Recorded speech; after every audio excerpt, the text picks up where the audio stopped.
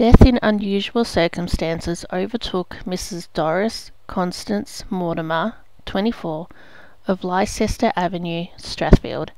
It is understood she was accustomed to take the radiator into the bathroom with her when having a bath because of the cold weather, and she usually took her 18-month-old child with her also. A neighbour, hearing the child crying and the bathroom door locked, forced a way in and found Mrs. Mortimer dead in the bath, with the radiator on her chest. It is believed that while Mrs. Mortimer was having her bath, the child commenced to play with the radiator. Apparently in alarm, she snatched it from him and accidentally pulled it into the bath with her. Water is a conductor of electricity, and it is thought that as soon as the radiator entered the water, Mrs. Mortimer received a shock that proved fatal.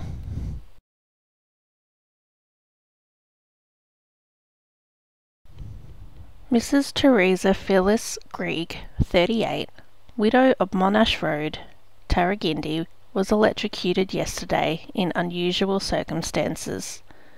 She was using an electric iron when her attention was attracted by the yelping of a dog which was chained to a veranda post.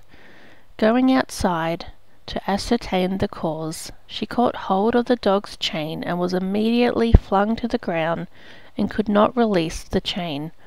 Her son, Harold, 9, attempted to smash the chain with a spade, but was unable to free her, and so ran to a neighbour's house for assistance. On arrival, the neighbour switched off the iron and found that Mrs. Greig was free of the chain, but was dead, while the dog also was electrocuted. It was subsequently found that the insulation on the live wire was damaged, and, as the iron cord moved, the damaged portion came into contact with an earth wire which ran down the post to which the dog was chained.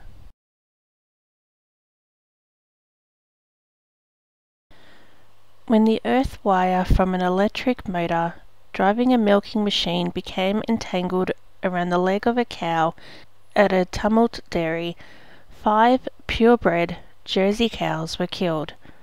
When the first cow caught its leg in the wire, it emitted a loud bellow and dropped dead. 4 other cows which touched the dead animal also were killed instantly. The wire in an adjoining fence became alive, and frogs in a nearby well were killed. More extensive damage was prevented by the manager, who opened the gates of the yards, drove the rest of the herd outside and cut off the current. The electric shock seemed to spread in all directions.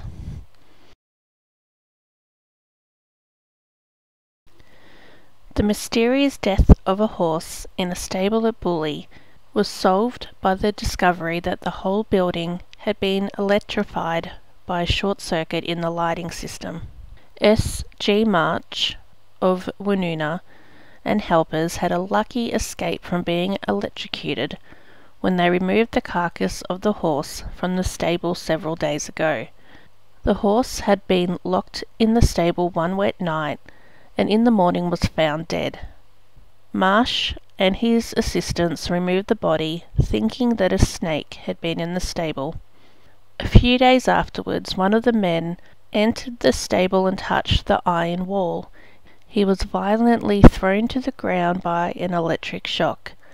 It was then found that the heavy gales had chafed the insulation from the house wiring, and the whole of the building was charged with the current. If anyone had touched the wall in wet weather, he would probably have been electrocuted.